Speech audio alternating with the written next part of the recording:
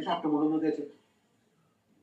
ഞാൻ ചോദിച്ചു കേട്ടോ, നിങ്ങൾ എവിടെ പോണം? തേക്കടി. എവിടെ പോണെന്ന് ചോദിച്ചിട്ട് അത് പറയണില്ലല്ലോ. അതല്ലടി മലയാളത്തിലല്ലേ പറഞ്ഞത് തേക്കടി.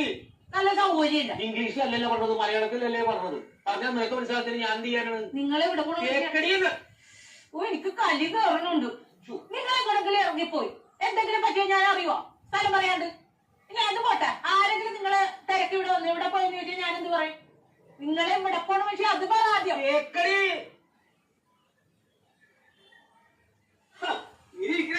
റെഡിയായില്ലേ? ചട്ടമൂന്നും തേക്കാൻ പറഞ്ഞിട്ട് അവള് തേക്കാനല്ല. നല്ല സൗകര്യല്ല തേക്കാനായിട്ട്.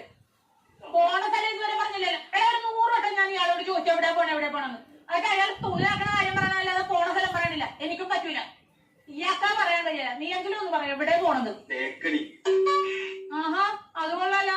ഇതേ ഒരു കാര്യം ഞാൻ പറഞ്ഞേക്കാം. എന്റെ കെട്ടിയവനെ ഇടിപൊടി എന്ന് വിളിക്കും. എന്ന് വെച്ച് കണ്ടവന്മാര് വീട്ടിൽ കയറി ഇടിപൊടി എന്ന് വിളിച്ചിട്ടില്ല, അടിച്ച കാരണം വിളിക്കും. പറഞ്ഞാൽ മനസ്സിലാവൂല.